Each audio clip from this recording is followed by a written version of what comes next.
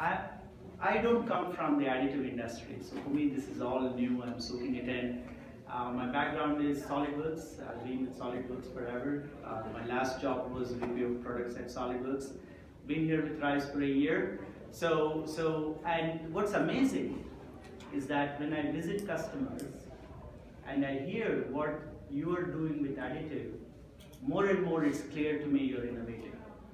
3D printing is a part that comes obviously out of the 3D printer, but you are doing some fantastic innovation, amazing ROI, and you will see the 3 customers talk about it as well. So what do we do at RIZE? I have 5 slides before Claire steps in, 5 or 6 slides.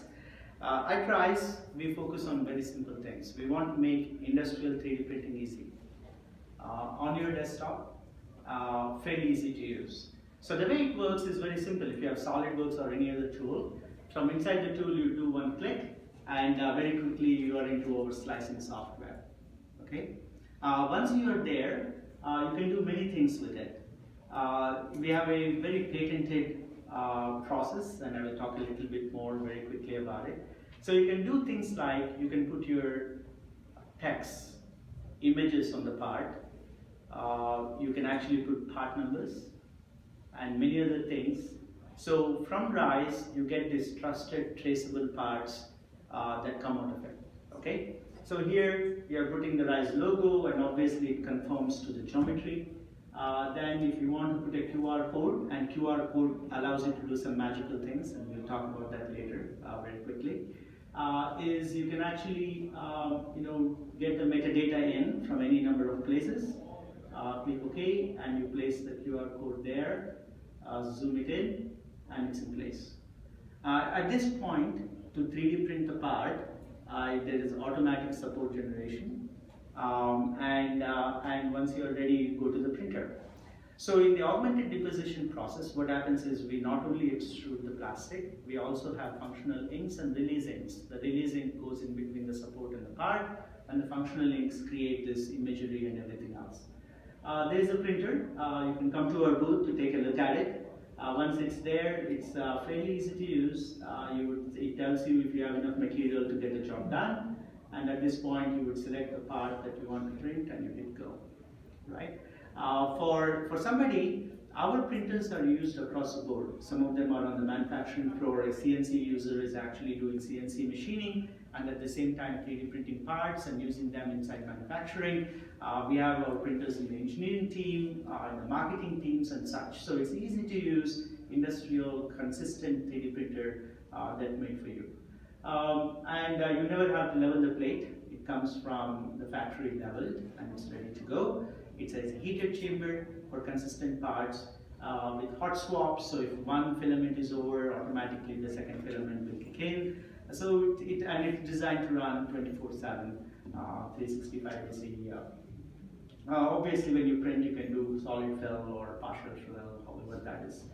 Once the part is done, removing supports is fairly easy. One of the things our customers tell us, it's one of the fastest when it comes to post-processing the part. Because of the release ink, you can think of it as a mode release agent that goes in between the support and the part. And it comes out, we scrape the part out, and very quickly you can see here Anthony very quickly take out the supports and you have the part in hand.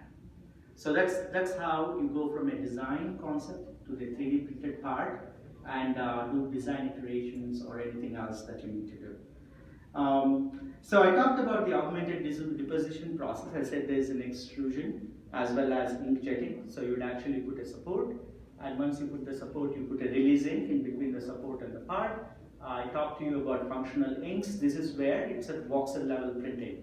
So whatever we put actually goes into the plastic. We precisely control what's happening to it. And you can see different shapes and sizes come to that. And then finally your part is ready to go. Okay? You can create some very interesting things, like for example, you see full color. This is just how it comes out of the printer. You just remove the supports and it's ready to go. Likewise, we do things like chopped carbon and a few other things. Okay.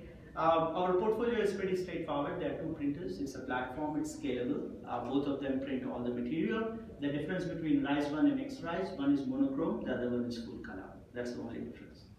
And we have lithium carbon as a set for soft jaws and many applications. Okay.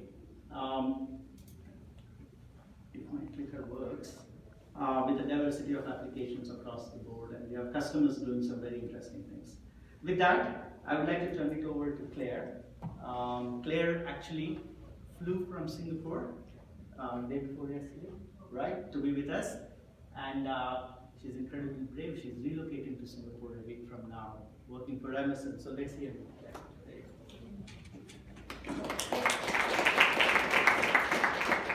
Thanks, Kishore. I'm excited to be here and to tell you guys about what we're doing at Emerson with RIZE and additive in general. So just a little bit about myself. I'm an additive manufacturing engineer. Been working with RIZE Emerson full-time for about a year now, but then off and on before that while I was in school. About Emerson, we are a large Fortune 500 industrial automation company. We're kind of split into two platforms. I'm on the automation solutions side, which we make products that go into things like oil and gas, refineries, pulp and paper mills, things like that. Our commercial and residential solution side is more making products that you would think of that go into your homes or businesses, like garbage disposals, heating and cooling units, things like that. Our group is doing additive for all over Emerson, so I get to see a really wide variety of parts and applications, but I'm going to talk to you specifically about one in our flow controls division, which is where I work in Iowa. Give you a little bit of background about why we chose RIZE, what we were looking for. Last year at AMUG, actually, right before that, our marketing group came to me and said, Claire, we are looking for some sort of 3D printer so we can do some marketing demos. They used to make marketing demos out of like our full-fledged metal production parts. They'd go to the stock room, take one off the shelf, and give it out to our customers. As you can imagine, that got super expensive, so they discontinued doing that. But they wanted to have something where they were, sorry, I forgot to start my stopwatch to keep myself on time so I don't run over. They wanted something to be able to give to the customers so that they can see what we're doing and be able to touch and feel about what our products are like. So we met with RIZE at AMUG of last year, and after some discussions and seeing their technology, ended up purchasing a RIZE printer that is in our additive lab in Iowa back in the fall. So some of the requirements were that it needs to be super easy to operate by non-technical people. Since this is the marketing group, they are mostly marketing majors, like PR, things like that. So they are not using additive extensively and don't usually have a lot of the hands-on experience. They needed something that wasn't messy, wasn't dangerous, that they could just pop the supports off and be done. They didn't want to have a lot of work behind it. They wanted something super easy, but also that was high enough quality of printing to give out to customers and our resellers. So the main application that I want to tell you guys about today is our Cavitrol hex. So I have a little example of that I can send around.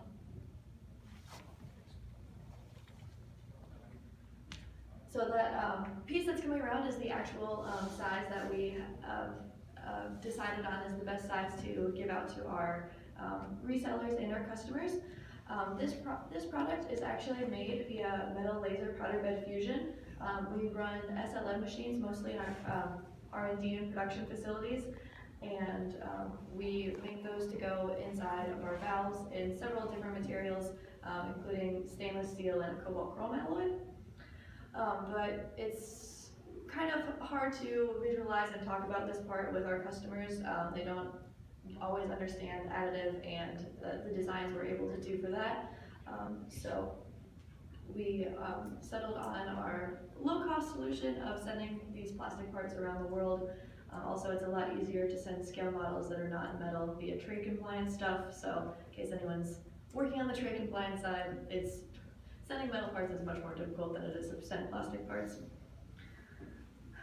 So in these pictures, the bottom picture are 3 full-size models, and that's of our NPS 4, so nominal pipe size 4, so it goes in a 4-inch pipe. And the little one next to it is actually what is passing around right now. It's our scale model. So it took us a little while to find exactly what size we wanted to do. Because we had to, since we had to scale it down, there are lots of little holes.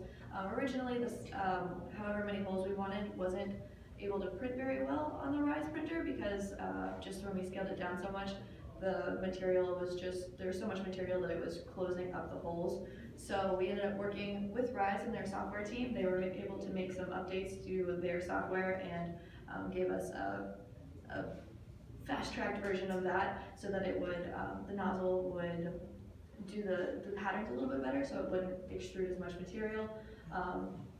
And then after that we tried working on the MPS4 size and also scaling it up to be a little bit bigger. So it took us, I don't know, I'd say probably a couple months to hit that really, really good sweet spot of the size that looks good and also prints fast enough that we can crank them out and be able to give them out to our customers. To explain a little bit about what the Cabotrol hex does, is this is a picture of one of our Fisher valves in a factory, or excuse me, a plant. This was pictured from a large North American refinery, and that is actually river water that's going through that pipe. Is there anything you guys kind of notice about this setup at all? No, no wrong answers. Okay, well, my coworkers in the back should be able to tell me. But if you look on the left, you can see how, well, this pipe right here, super dirty, super rusted, pretty gross. A lot of our valves go into really like dirty, hard applications. And the pipe on the right looks super clean. That's because they had to replace that pipe every 6 months because of cavitation. So cavitation is basically when you have a large pressure drop in a fluid, there can become vapor bubbles that then implode on themselves, and those implosions cause vibrations and noise and causes the pipes to actually kind of erode essentially. So every 6 months, the cavitation in this pipe was causing a hole to go through the whole pipeline, so they had to keep replacing it. So with our Cabotrol hex piece that's going around, that's actually on the inside of our valves that reduces the cavitation and it causes the pipes to not essentially explode. So it's a really big space and big application for a lot of our customers, and that's why we really want to have them be able to understand what products we're making for them. Just a few other various uses while we are mainly doing the marketing demos. We do have some test fixtures and some adjustment tools that, as needs arise, we can print them super fast. The one on the right was actually an adjustment tool for our SLM printer, which we could have printed on the SLM, but it was in the middle of other parts that we were doing for research and development. It was going to take a long time for that to end. So we were able to print it on the RIZE machine and have it done the next day.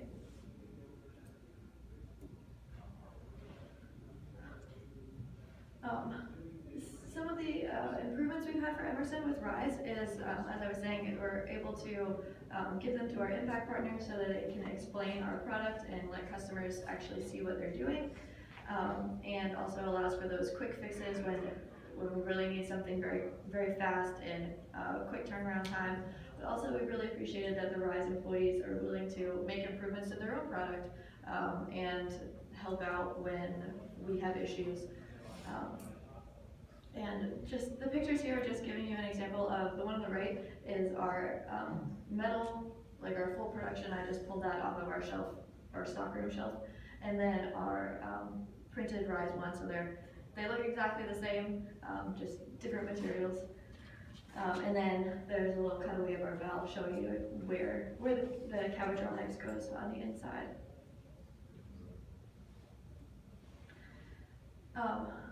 One of the last things is that through meeting with RIZE, they have a reseller in Des Moines, Iowa, which is just an hour away from where we are. And kind of in the spirit of AMUG, we got to meet with them, and when they were helping us install and troubleshoot some of the problems that we were having, they also introduced us to another solution for our marketing problem, which are SLA little keychains. we can't get this size of detail on the RIZE printer. So kind of like here at AMUG, sharing solutions, it's not all just about one technology, one printer. We use metal laser powder bed fusion, we have our RIZE machine, but also we have SLA that fits into our portfolio. And these little keychains, we have about 200 of them spray painted and little keychains on there. So I can send this around so you guys can see it. But just another great way for us to be able to interact with our customers. They love getting little giveaways and getting our name brand out there. So with that, thank you for letting me be here. So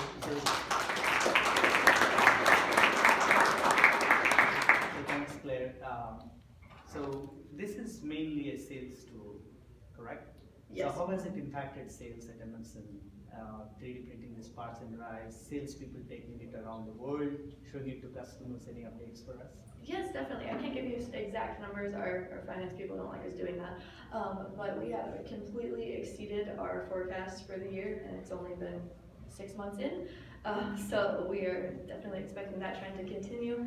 And I've had some of our impact partners actually emailing us, like, hey Claire, can we get some more of these? And I've been shipping them all over the world. So you told me you have a meeting next month, correct? How many do you need to print before your meeting starts? We have an impact partner sales meeting of certain areas of the country. The Midwest, the West Coast, and the Northeast are coming in for a meeting in Marshalltown, and we need to have 40 printed so that everyone can have one to take home. Fantastic. Thanks, Claire. And we wish you the best as you go to Singapore for a year. Thank you. So thank you. So one of the things Claire talked about is safety. And part of the reason is we have our founder Eugene sitting in the back. He's a material scientist. And one of the things he has done is built this printer with safety in mind. It has 0 VOCs. And it comes from the material innovations as well as the print process innovation. So this is a safe 0 VOC printer. We have customers in Germany that have actually put it on the factory floor with no concerns because there are 0 gas and 0 emissions that come from it. So the material is RIZE. Actually, it is cycloolefin polymer. It is twice as strong as ABS, stronger than polycarbonate and polypropylene. It has some fantastic properties working with acids and ketones. Likewise, it has very low moisture absorption. You see it, and also the material strength in X, Y, and Z. The Z strength is almost 85 to 95% close to the X and Y. So you get good Z strength that you get in the X and Y as well with the print process. It's people safe. The base ingredients that make up this material are USP Class 6 certified. We don't certify RIZE to be upfront for liability reasons, but we have companies that have tested it. They feel comfortable enough. They use it in certain environments where they send food and other things through it. It's all weather stable parts, so it has very low moisture absorption, so your thermomechanical electrical stability post print is pretty good, and it has some very unique electromechanical properties. I can get into the details, but it will take some time. It's a high-end engineering polymer that we are leveraging to print this particular material. And other part is 3D printing. As I said, when I visit customers, everything customers tell me is about ROI with respect to speed to market and such. So with RIZE, you not only get a 3D printed part, you get an intelligent part, you get a digitally augmented part. So what do you do with it? So you have a QR code, your part numbers and such. If you have that, now the QR code can get you metadata from your PDM, PLM, ERP systems. It can give you new experiences like augmented reality and virtual reality. So you're traveling somewhere, you can collaborate, do a lot of things better. It can give you assembly instructions. You hit the QR code, anybody anywhere in the world can see the assembly instructions, how to put this part together. You can get marketplaces. So we have actually a couple of people that came by the booth that says, hey, if I do a QR code, if it goes and automatically sends it to print. If it can do other things. So there's some very interesting things you can do with parts from RIZE. You saw this with Claire, you had Emerson written on it, right? And you can put other things and other details that will help tell your case, brand yourself, any number of possibilities with the way RIZE 3D printing happens. Here's an example where you go from design to manufacturing. So this week we have Hannover Messe happening in Germany. It's an IoT Industry 4.0. Some customers tell us RIZE 3D printed parts are Industry 4.0 ready because they are fully connected. So you have your digital, you create the physical part, and your physical part is connected back to the digital with a QR code and other things. Here, that's actually an ABB robot holder in the bottom. That's designed in SolidWorks, simulated in SolidWorks, 3D printed in RIZE, which is in white. You can see full color of the finite element analysis, stress distribution, and then you see carbon composite part 3D printed of the same one, all on the same printer on the same platform. With that, I would like to hand it over to Joseph Brown. He's with Keurig. We all love Keurig, the K-Cups and everything else. I didn't know this, but they also have acquired Dr. Pepper, Snapple, and he is part of the additive lab, and some of their use cases are absolutely amazing. Let's welcome Joe Brown. How's it going, everybody? My name's Joe. I'm a design engineer at Keurig Dr. Pepper. So we've been working with RIZE since the very early stages. I mean, I've only been there for a year, but even before that, I think we had like the third beta printer, second or third, off of the line. And since then, it's been like a really mutually beneficial relationship. They've looked at our needs, we've helped them discover faults in the system, and they've corrected those throughout the time that we've been using it. Also, they host really good barbecues on Fridays. They're right down the street, so if you're ever in the area, really enjoy those. So we're going to talk a little bit about kind of, first off, what we use as a prototyping space at Keurig, and how the RIZE fits into that broader usage of additive manufacturing in our company. So basically, there's three big things that we use 3D printing for at our company, and the first is high temperature capable parts. So on the brewer engineering side of things, I mean, we have hot coffee. We want the parts to hold up to whatever the engineers subject the parts to. A lot of times the temperatures are past boiling, depending on how far we're testing the brewers for. Sometimes there's a runaway heating effect, and you want the parts to hold up so you can use them over and over again in the testing run. We have about 150 engineers, designers, and technicians, and it's important to note that we have a portal for part submission where anybody can submit a part. So, there's engineers submitting most of the parts, but there's also industrial designers and even technicians just working in the lab who have an idea and they want to make their job easier. So they'll submit a design, and we work with them kind of in the development process to create something useful for them to make their job easier. And then finally, we have simulation of injection molded plastics. So we're making, we make 11 billion K-Cups per year, and then we're making, we've got like 7 million brewers out on the market right now, and coming up on 11 new brewers that we're coming out with in the next year. So all of those parts, all of those new developments have to go through the product development life cycle to ensure that it's something that the customer wants to use, something that they're going to be okay using on a daily basis. So that involves looking ahead towards mass production.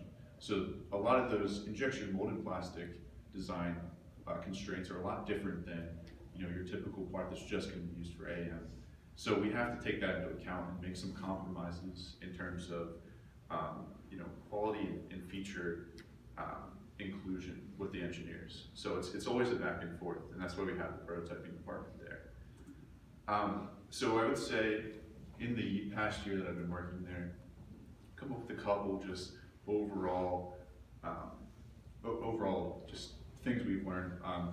So basically the average part, I would say, goes through 4 or 5 design iterations from concept to completion. I mean, we have some parts that have gone through, like, I look at it's like version 22, and I'm like, come on guys, you gotta figure this out.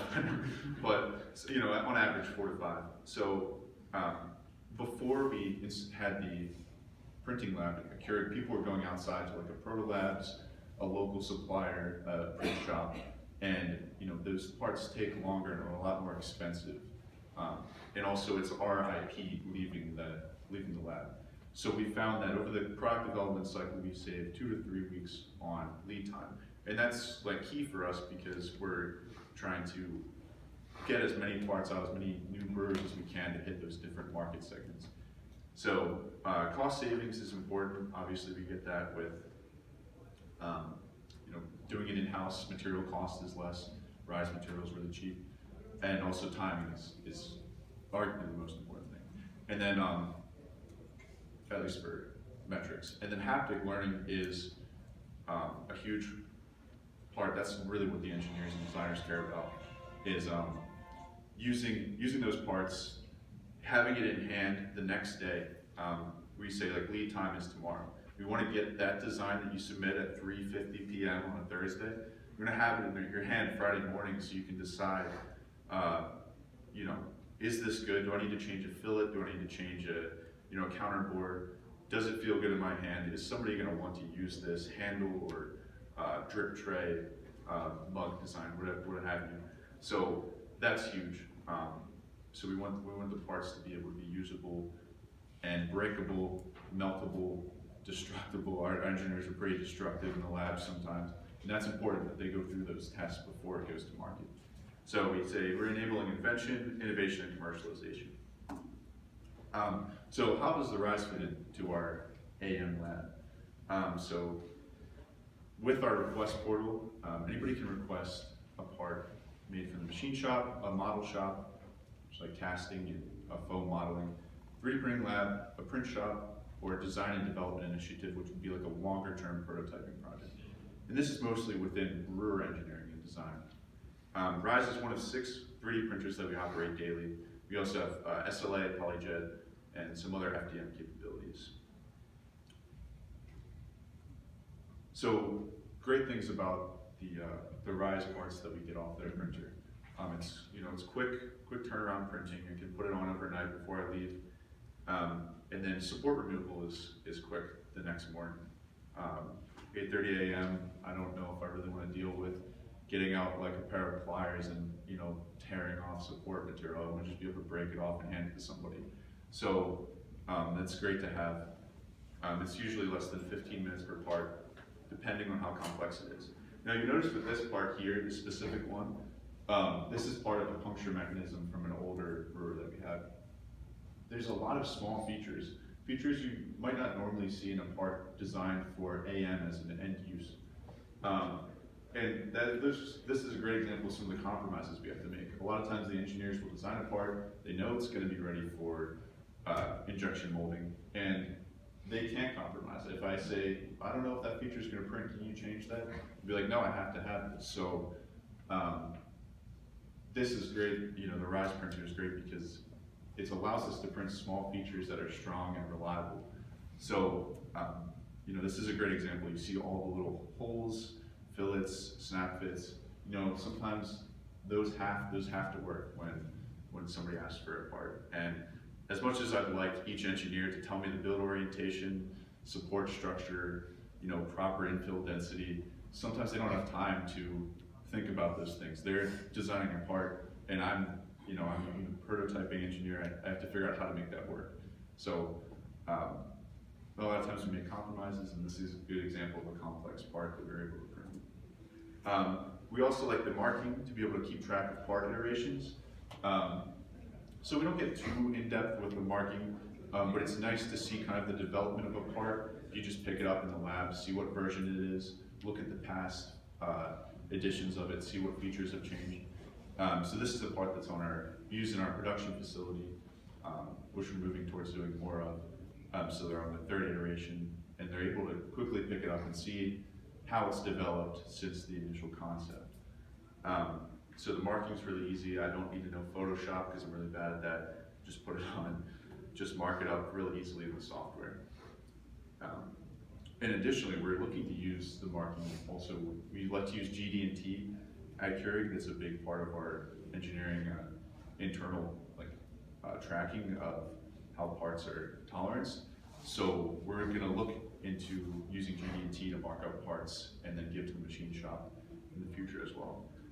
So another great thing for me, if I spend an hour in the lab, is the 0 emissions. I mean, I could literally run this thing on my desk, but it's nice to know that I'm not, going to get cancer by the time I'm 35 from being in the print lab all the time. So it's nice to know that the material is safe, there's zero emissions, I don't have to worry about that, because we do monitor our air quality pretty closely in our labs. A final thing that's really useful for us is the ability to quickly watertight a part. So obviously a lot of our parts protect sensitive electronics components in the brewers, and you know, if you're testing a prototype board where there's only like 1 or 2 in existence of them, you don't want that thing to get wet when you're testing it. So it's great to be able to quickly apply a D-limonene, which is another food safe additive in a lot of like food products. It smells like orange. It actually smells really good. You just apply that to the outside of the part, and it kind of melts it and watertights that part, so you ensure that nothing's getting through when you're going to test that. So it's a really easy application for that. We've had a lot of trouble with other FDM printers getting watertight capabilities because of the layer size, and you know, it's not really monitored in any machine. So that's definitely a plus for us. So as far as like future endeavors, right now we just have the basic RIZE 1 machine, but we're looking towards using the color capabilities of the full CMYK color capabilities for some of the more marketing type requests that we're getting. Now that we've merged with Dr. Pepper, there's a bunch of people who are trying to design new cans. You know, all the time you see soda cans having like maybe some artist coming up with a new design, and they want to try that out to see how it feels in somebody's hand. So we're looking forward to using that for new marketing capabilities, as well as new colors for brewers, just as a set piece in a meeting to show like what will actually look like with that color. Additionally, now that we've merged, we also have a lot more manufacturing facilities in the US. So we're getting into this as well now. We have like the K-Cup production lines, and then now merging with the can and bottle production. You know, those facilities sometimes have outdated parts or components that if you can't find it, if it breaks, you might spend, you know, a week searching through your catalogs, through your folders, trying to find a drawing of it just so you can make it, so you can get the production line back online. And it would be great, and this is something that we're aiming towards in the future, is to get 3D printers at our manufacturing facilities to be able to kind of quality control replacement parts, so we don't have to wait those long lead times to contact some small manufacturer on the other side of the country to ship a part in. So we can have that, you know, instantaneously bring the production lines back up, because you know, every hour that it's down is lost, you know, lost money for us. So I think that's basically it for us. But thanks for having me, and let me know if you have any questions afterwards. Thanks, Yo. So first of all, thanks to Keurig and Dr. Pepper for being one of our early RIZE customer. So they already placed an order for it, so they'll be getting it soon. And they do amazing work. Their lab is incredible. If you go see it, I think it's a model way of helping a company innovate. And Joe will be available for you with questions afterwards. So fantastic. Every time I meet them, I'm inspired. I'm inspired that innovation is key to creating great products, and these guys do an absolutely incredible job. Thank you.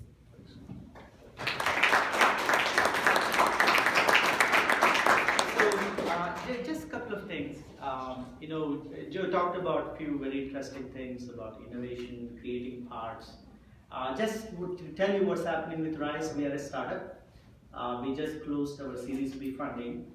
We have enough money for long run. And one of our investors is Dassault Systems. SolidWorks has invested, CATIA has invested into RIZE. We're doing a lot of co-development with them. And we also announced a strategic partnership where we believe for you to innovate, you need to be able to design, you need to be able to manufacture, and you need to be able to iterate. So with every printer of RIZE, going forward, it comes with a license of SolidWorks standard. It's optional. If you don't want it, you don't need to take it, but if there is something of interest, it comes with SolidWorks standard, it's there for you to use, and then go from there, okay? The other thing is, we talked about it. We talked about, if I can go back, Innovation happens in product, right? So it can create some very interesting product innovation. You heard Joe talk about it. Manufacturing innovation, as of, and Cody is going to talk about it as well, and service innovation. So 3D printing I see is impacting all parts of the organizations, end to end, and with color marketing as well. So it's an amazing opportunity for you to influence your entire company, from marketing to manufacturing to service to engineering, to help innovate and obviously create a competitive differentiation and growth for your company. So with that, I would like to invite my good friend, Cody, come on over. Quick word. Quick introduction. I don't think you're going to say, but I will. PSMI is a company in Detroit, and they do a lot of tool grips. And they actually created an additive company inside their entire organization. So probably you can give us an introduction to PSMI. The floor is all yours. Hello everyone, my name is Cody. As Kishore mentioned, AZOC was created as part of a larger group of companies. The larger group of companies is called the AMUG group of companies. Our direct parent company is called PSMI, and we exist primarily in the manufacturing spaces today, heavy metal removal manufacturing. Fortune 50 companies who are making engine blocks, transmissions, CV joints, anything that involves a lot of metal removal, we go in and we manage their indirect materials, whether that's machine spare parts, cutting tools, gripper fingers, end-of-arm robotic tooling, anything that's indirect to support those manufacturing operations. And as a result of managing all these different products inside of manufacturing facilities, we came up with the idea that it would be very beneficial to our customers to be able to leverage additive and leverage the potential with 3D. And so a lot of production facilities today don't actually have 3D printers in them. Of course, Fortune 50 companies have them in their research and development departments, but manufacturing engineers on the floor that are in crisis mode don't always have access. And so out of this need that we've seen in the market, we created a company called AZOC that's all about focus. It's all focused on additive. And so you can see our overview here. We have a Confidence Center in Ann Arbor, Michigan, where we really act as a 3D printing service bureau for our larger group of companies, whether that's metal additive manufacturing, plastic and composite additive manufacturing. We can do both, but we can also take it one step further and help our customers with the prototype and the design work that's involved. As I mentioned, rapid services. Sometimes when a machine breaks down, you don't know what the widget in your hand is. It might not have a blueprint. The blueprint might be out of date. And so in the rapid design stage, we will do 3D scanning and reverse engineering for our customers. And then sometimes we're just there to train and go in and make recommendations. So AZOC has its hands in multiple facets of additive and all things 3D, but our main vision is that last bullet point there, which is the additive indirect services crib. And what this is if you go into production facilities today, manufacturing facilities today, and you go to their spare parts crib or their tool crib or whatever they call it, you'll see rows and rows of whether it's shelving or drawers full of spare parts that may or may never be used, but they're there just in case. So our main vision is to tackle that market and transform physical inventory into digital inventory that can either be printed on demand or a model that we have called Tomo, take one out of inventory, make one to replace it. So that's what I'll speak to you guys a little bit about today. And so, kind of segueing from there, we needed to, not only do we want to have our Confidence Center in Ann Arbor, Michigan, we want to put printing right on site at our customers' manufacturing facilities. So we're in about 250 facilities supporting operations today.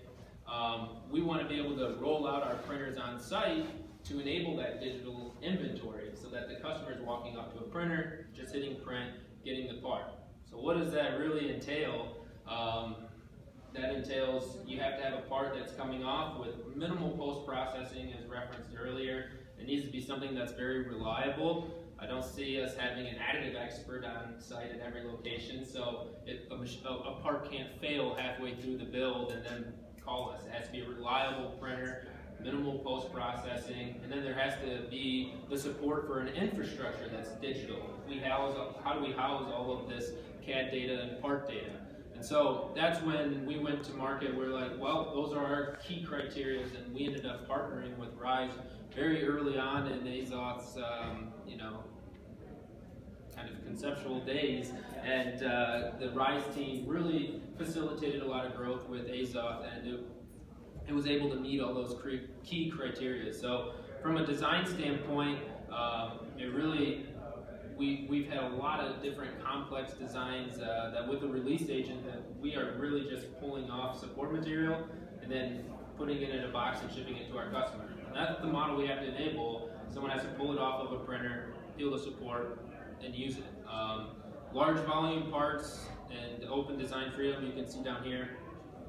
Custom, I think it looks like we duplicated a picture there, but a custom design wrench for someone on the floor. All the way over on the side are like gauging details and part details that orient parts for manufacturing. So there's a large variation in design that we've always been able to accomplish with RIZE. I think we lost a slide here for sure. Design. Let's see. Is there one after that? Okay. Sorry about that. So manufacturing.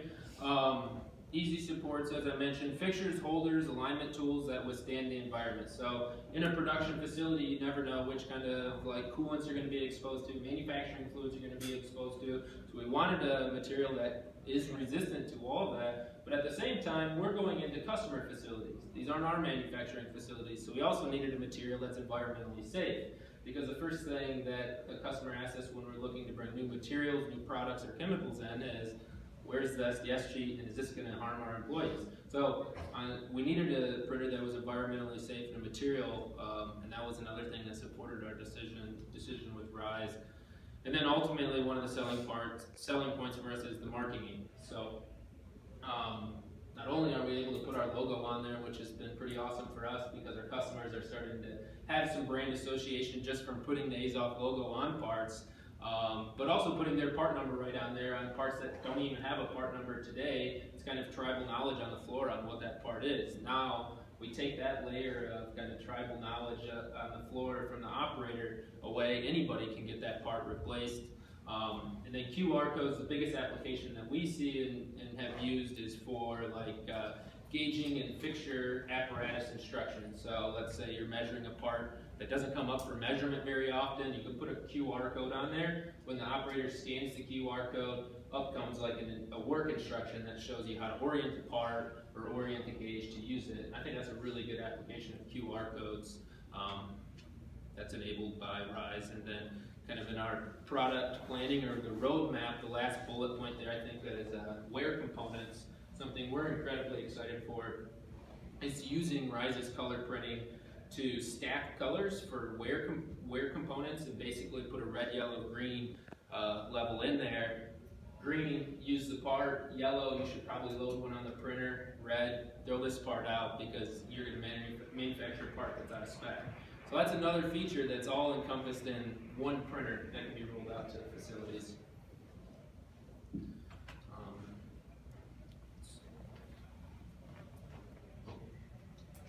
Then service. So as I alluded to earlier, the additive indirect services grid, we really want to transform as many physical parts into digital parts as we can.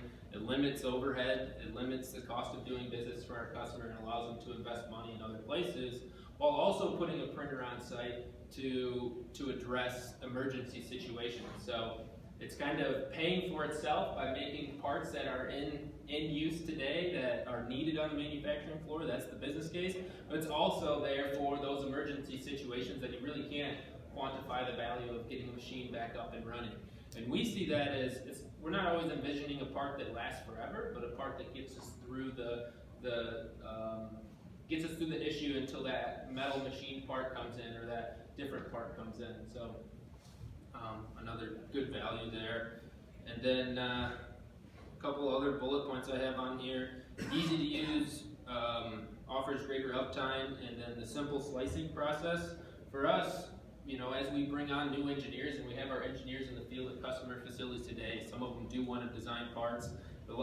The software with RIZE allows pretty much anybody who has had some SolidWorks experience, some CAD experience, to design a part and get a part on the printer, which has been pretty exciting, and it allows our customers to do the same thing. Allows them to design parts that we're able to process quicker. So, sure, anything I'm missing on that one? Can you think of anything? So, listen, you were telling me something about an order you received for that nice looking part on the other side.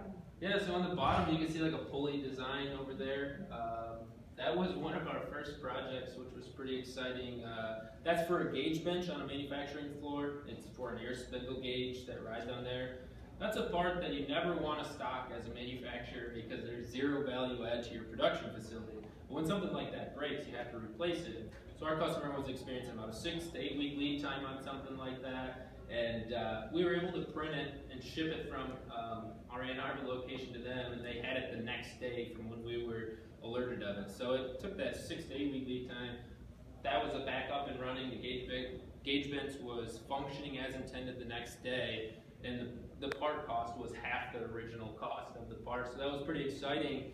And it really worked out. The customer was excited because where we started off with that one pulley, now they requested the assembly, the entire assembly that it's involved with, and so we made them that, and then they sent an order for 50 to put in all their different locations because it's just something that was hard to procure for them and long lead time, and there was no value in stocking a product like that. So it's a pretty exciting application, and it's came full circle now, and we've got repeat orders on that product. So. That's awesome.